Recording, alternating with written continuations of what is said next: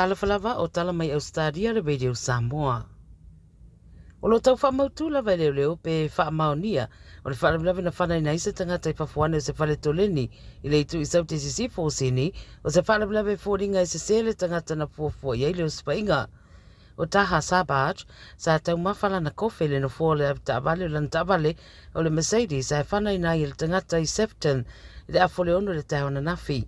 Whamaina mo e seo na atari i mo se whasoaswani ana mariwa i lava le tamale i whafuane o le whale toleni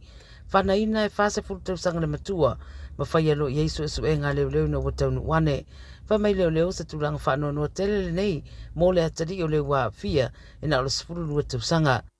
Whai mai leo leo lo whaianere su e suenga pe eise so tanga o le whalawlawe lea ma leo wa maliu pe o sa tūranga wa se se e le tangata sa fuafuaina i leo swainga.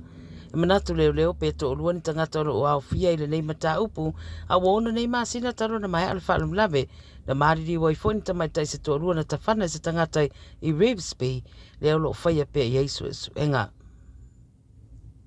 O tangata i sini wa whautuaina le tūranga pisi o le aiai lungo le alatele i le angatu le whaeunga le vaiaso o le whaaringa le i whawhiawhia o Harry Styles o le Backstreet Boys, Jay Show, whape foi ma le World Pride o le Sydney Olympic Park e whaiai le tele o whaaringa nei i le so ma le aso a taiao ma le whaasoratu le whaeunga le vaiaso siri ma le fitus furu wafe tangata o lo fuafua e awaiai. O le poana nei ta alonga basketball o le NBL, ta alo le Sydney Kings ma le New Zealand Breakers i le Kudos Bank Arena. E tō tolu ali olo iei tūlanga tinga ina i whale mai na wafeto aise loli ma se youth i le itu i saute sisifo o sini. E mai se whamtaranga o le whale na tupu i Buroa po le lata i le valu i le whiawhile saruru le vasa nei.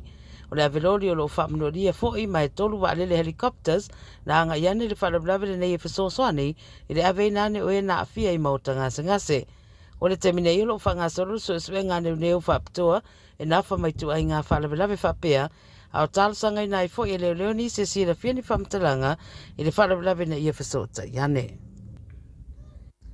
O le awhasaro atu ina matua i vevela le tau i New South Wales i le anga atu i le vaiaso fōu le wa whailua e ono o atu i le whase furu tike wile vevela i nisi vaenga le atunuu. Whai mai e amata mai le asonga fua i le siria ma le tai tolu sua tike wi, ma ua ta ua fwoi le vai tau le aso salava e amata mai ai le vevela lea ma whaasoro atua i le tele vaenga o le atunuu.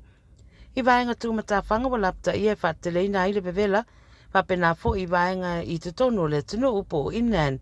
O le tala fia o na ele umi le vevela lea, mai e toe fo i le vevela masani le asaru o le vasa fōlava le wafautua i nai fo i tangata i a wha e tete i ni afi o no sa sawane o na o le malosi o le vevela o le la. Ma le tala muli e toa tasi lava le tangata mai WA bo Western Australia mua ala whai mai le tau na le lai le tala fia ua vea o ia mastasio milionea i le atunu ina ua manu malo toa tasi i le whae longa mua le taronga le Powerball whaase furu miliona. Paulea o le whamtalanga lo awa noa mai mo le teminei i le ua whamneina a ua whailoa le pule le ofisa le loto o lea malo tele e ono benefiti umai le stete ma ua whailo fo i le nganga fia o le pulenga o le talonga i le au taa alo ma le lango o atua i le ono tesi ma le wha miliona ua maua mai lea talonga mo le community i le fo i wha i tua o Ausetalia.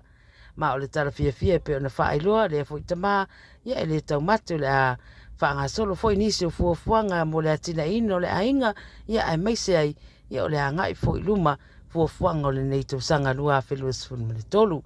Aore whai ingune nā o tala mai Ausetalia le radio Samoa i le nei fo i aso whareile tātou toi whailo ai fo i le vai aso fo pe au lia le asonga fua mo se whapoponga o le neito tua. Manuia tele le whai ingo le vai aso ma le tapua ingo o le au le tunu ia ma au fo i anai a tātou tunu o lo o au mawai nei whai tua le lalangi. Wha soi fuia.